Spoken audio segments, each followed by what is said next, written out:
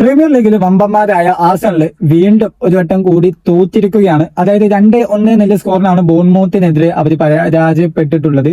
ഇതിൽ ഈ മത്സരം നോക്കുകയാണെങ്കിൽ വിക്ടർ ഗ്യോക്കറസ് ആയിരുന്നു ആഴ്സണലിന് വേണ്ടി ആദ്യം ഗോൾ നേടിയത്. പക്ഷെ ഒരു ഗോൾ നേടിയതിനു ശേഷം 2 ഗോളാണ് ആഴ്സണൽ വഴങ്ങിയത്.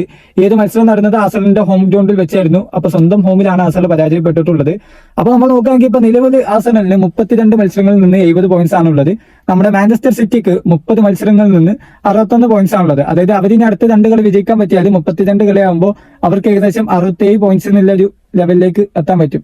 അപ്പൊ ഒരു 3 പോയിന്റ്സിന്റെ ഒരു ഡിഫറൻസ് ഉണ്ടാവുക. അതിന്റെ ഇടയിൽ ആഴ്സണലും സിറ്റി മത്സരം വരുന്നുണ്ട്.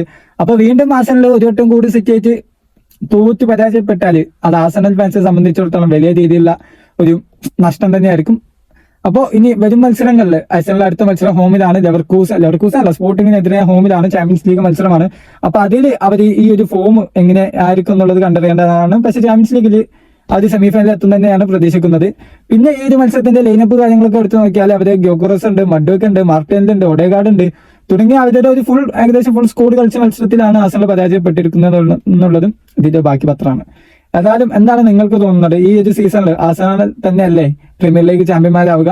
നിങ്ങളുടെ അഭിപ്രായം താഴെ കമന്റ് ചെയ്യുക. അതുപോലെ തന്നെ കോൺടന്റ്സ് കാര്യങ്ങളൊക്കെ ഉപകാരപ്പെടുന്നുണ്ടെങ്കിൽ ലൈക്ക് ചെയ്യുക, ചാനൽ ഒന്ന് സബ്സ്ക്രൈബ് ചെയ്യുക.